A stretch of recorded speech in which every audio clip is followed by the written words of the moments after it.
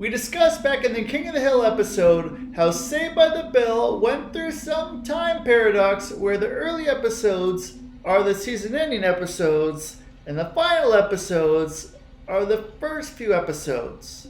That is so irresponsible. Looks like NBC discovered the secret to Zach Morris's immortality. So disloyal. Oh, stop being a stiff pickle. Fortunately, it's not going to take forever to test. Okay? Unfortunately, if you turn something upside down, you're liable to spill some extra episodes down on the floor that go unaired. This is nothing. Here's a guy with real trouble. NBC actually ordered a total of 22 episodes for season 1, but for some odd reason, they decided to omit 4 of those episodes. Say what? They would later split up these 4 episodes, 2 for season 2, and the last 2 during season 4.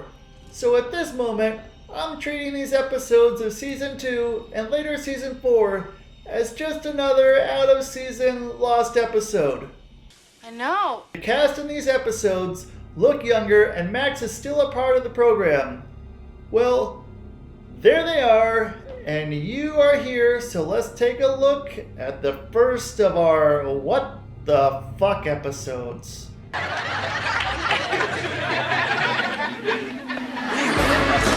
We open in the classroom where Zach is directing a student film with the school's only video camera.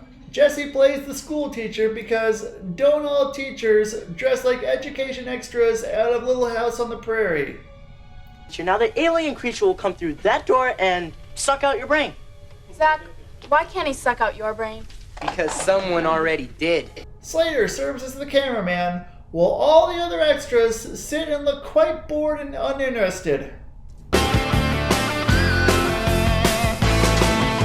Hey, relax, Preppy. It's only a student film. Zach cues for our hideous creature to enter out of the depths of Boogersville, the stuff that snot is made out of. Alien invasion at Bayside, take 1. Cue the hideous creature. Hi, guys. Sorry, I hear a floater blow by. Why is Mr. Belding butting in as usual to give us some important safety exposition of how the camera was so expensive he decided to put it in the uncoordinated care of teenagers to use it at their leisure? You've got my word. That's what makes me nervous. Gee, was that a plot device? Like a microwave dinner, it will be revealed to you in a minute. As you know, the Battle of Gettysburg was the turning point of the Civil War. Now, That's not until the real creature from Ed Wood's Bride of the Atomic, whom looks like the Jolly Green Giant with fake pus-filled whiteheads attached to his freaking head. the alien is sucking out her brain! Hey, it beats Birdemic. Am I right? Mighty fine brains. Well, after all, he wrote the book on being sucked and blown because he's been behind the bell. As for Kelly, she is just the errand girl to fill in exposition by doing the House of Pain by jumping around, jump up, cheer up, and get down. Our teacher's hurt! Get the school nurse! Lisa arrives at the school nurse and pours on more exposition about Jesse's brains being sucked dry because only a school nurse can thoroughly cross-examine the witness by just moving a person's head around in constant circles of motion. This is awful! Her head's empty! Screech attempts to have more brains for dessert by going for Lisa's, but in typical Lisa fashion, she refers to chop sake justice as she punches the Screech alien through a straw, causing a chipped tooth. Oh, my tooth! Zach yells cut due to too much improvisation, and in the process knocks the camera right out of Slater's hands. This isn't in the script? Ooh, when Belding hears about this, he's really gonna be mad. When it comes crashing down and it hurts inside, it causes the eyepiece to fall off, along with the battery, while the cassette tape pops up like a Pop-Tart out of his ejector toaster, and for extra added effect, the random exposing of wires. Wow. A little bit too much of a dramatic effect to convince us the camera was broken beyond repair. Look, guys, why don't we all chip in and buy a new camera? A great idea. How much does it cost? Around $1,200. In fact, the most common camera accidents occur to the camera lens or the viewfinder at best, not a total implosion of camera into little itty-bitty unrepairable bits. Well, then I think the best thing to do is blame Jessie. The gang huddles in Zach's room, especially since Jessie is on her caffeine pills again, about how her whole reputation as president of the school board is at stake. How can you blame me? That is so irresponsible, so disloyal, Oh, stop being a stiff pickle, okay? Yeah, the NBC writers had to point out that she is still currently president of the school. So does that mean Slater is the first lady? Come on, this guy would believe anything. Kelly suggests that the next best thing is to buy a replacement, but Slater spoils the punch, figuring the cost of a replacement to be $1,200, because I'm guessing he was already fumbling through the Sunday paper.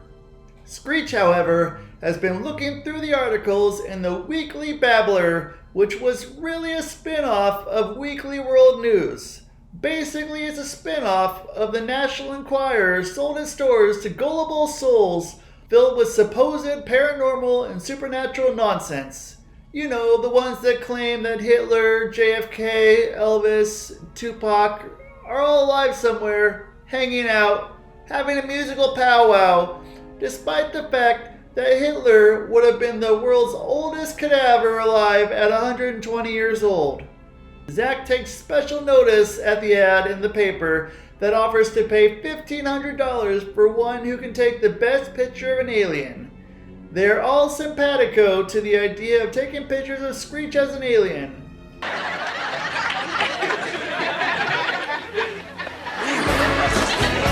Well, that will make that illegal alien easy to spot. Back at the school, Jessie's dressed as the Swiss Miss promo girl to elude Mr. Belding. I feel so guilty.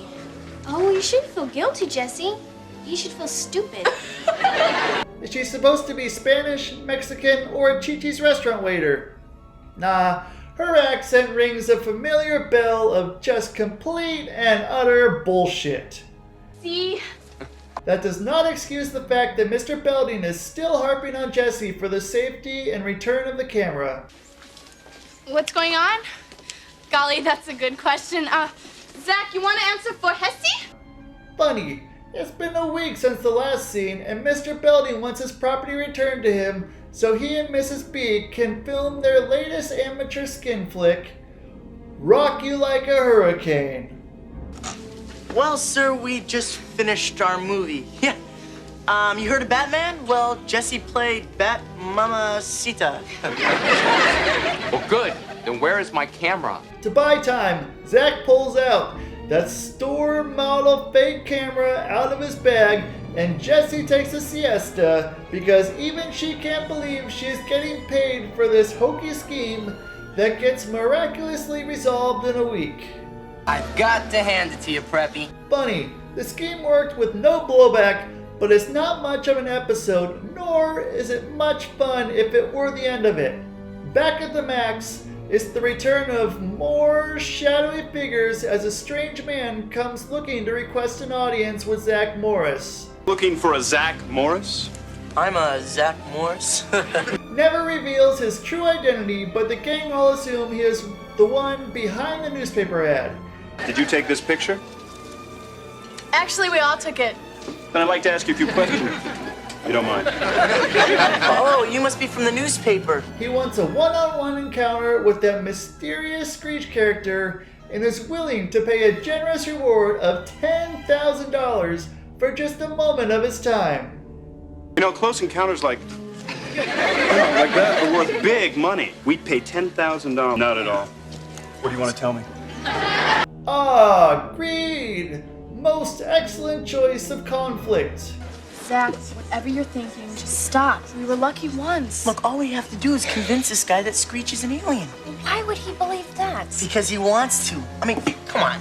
This guy would believe anything. Shrivels back into a corner. He puts in a call to his supervisors, now identifying himself as Lieutenant Thompson, and confirms UFO contact.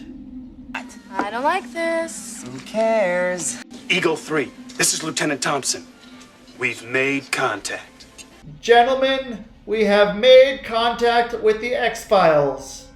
You heard me correctly, because apparently a representative of the United States government believes a cheesy, life-track, doctored-up Photoshop print of an obvious, unrealistic alien in a Halloween Express UFO suit is the real deal.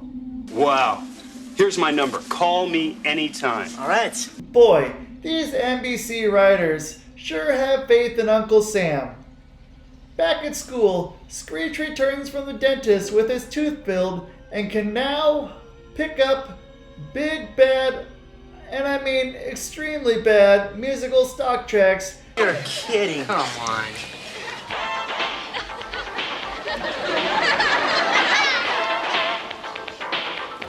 Because apparently his fillings are picking up on Sirius XM radio.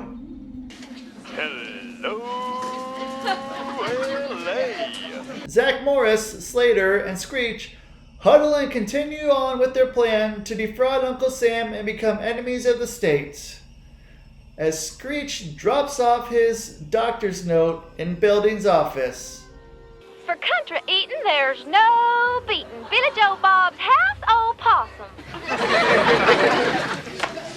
Funny you should ask, because who is in Mr. Belding's office is none other than Lieutenant Thompson himself, whom is a member of the Air Force's UFO Investigations Unit. You're a lieutenant in the Air Force? Then where's your uniform? It's under my suit. I'm working undercover. It's a little Air Force humor. No, this is not a contrived story of our favorite NBC writers pulling that out of their kazoo. It's an actual extension of the United States government. If you don't believe me, then cross the line at Area 51. Fuck these cops, bro. Oh shit. Kidding. Remain seated, please. They try to establish Lieutenant Thompson being real clumsy while Mr. Belding tries to convince the lieutenant that Zach Morris is not a reliable source, but gets his news through misquoted, reproduced articles of slander and bias. Well, they have to be somewhere. Fake news. Listen, the only thing alien to Zach Morris is good behavior. During Belding's meeting with the lieutenant, Belding is called out of the office due to the water polo team Kids love horseplay. leading a horse to water. Its name was Mr. Ed. Yeah, that pool has seen better days. Screech comes in to deliver the note. However, Lieutenant Thompson must share the same taste in static as he picks up on Screech's feelings and confirms that he has found his alien. What was that? Come in, Vector 9er Zebra. Wait a minute. Who, or should I say what, are you?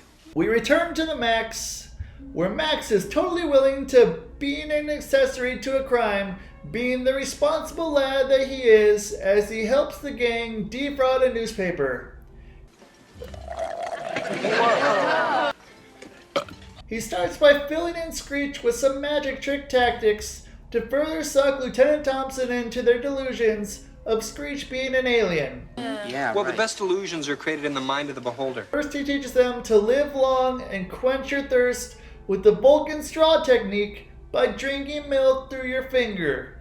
Then, for his final trick, he teaches Screech to take 2 metal xylophone mallets and make them appear behind his head for antennas. This is the first time I will say this, but it looks like Max has outlived his usefulness.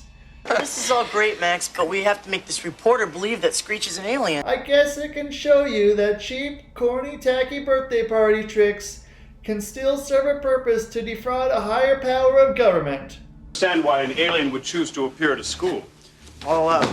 It's lights out at Bayside as Zach sneaks into lead Lieutenant Thompson for his alien encounter.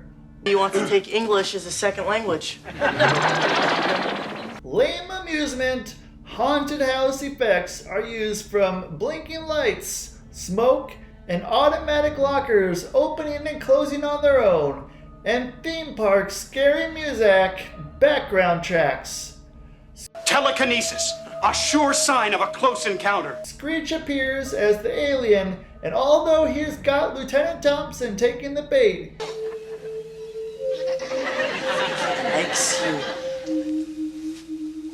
he notices a fake ear as well as fake antenna that both fall off. Well, that's what close encounters are all about, sir. Now, about that $10,000. He's an alien. I'm from Mars. The rest of the gang come out. Hey, everyone. Come on out. The game's over.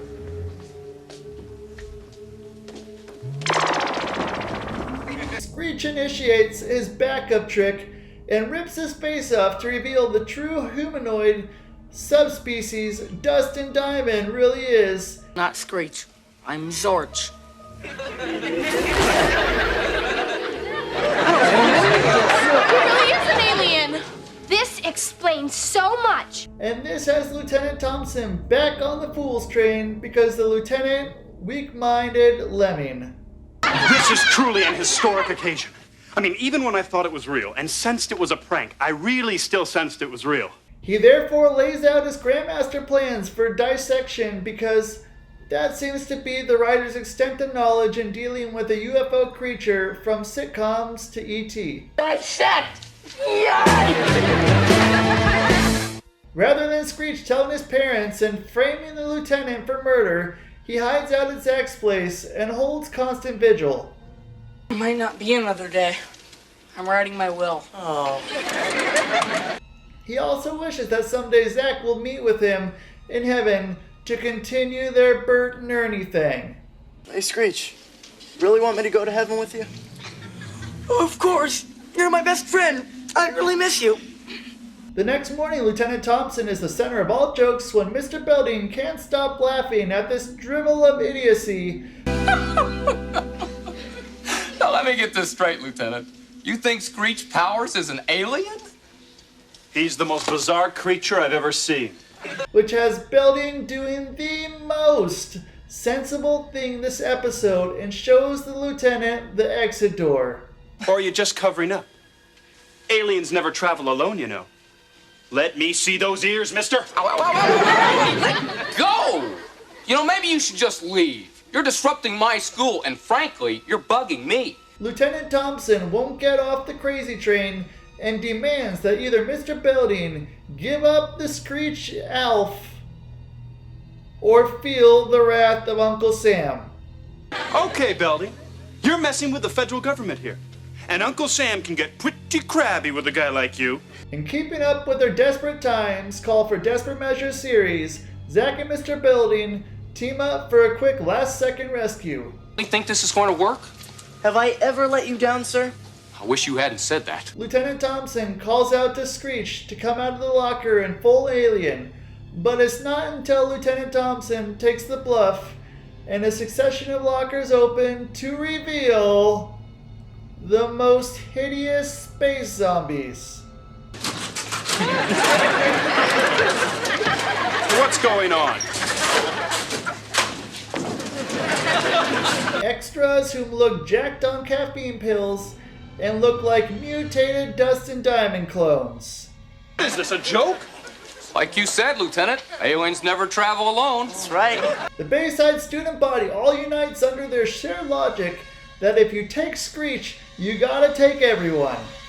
Okay, don't see how committing assault by putting your hands on a uniformed officer will rescue Screech anytime soon, but a trip to Supermax facility Well, that's not very honest. is ludicrous, but whatever. Yeah, well, neither is telling a bunch of kids that you're from a newspaper. That's right.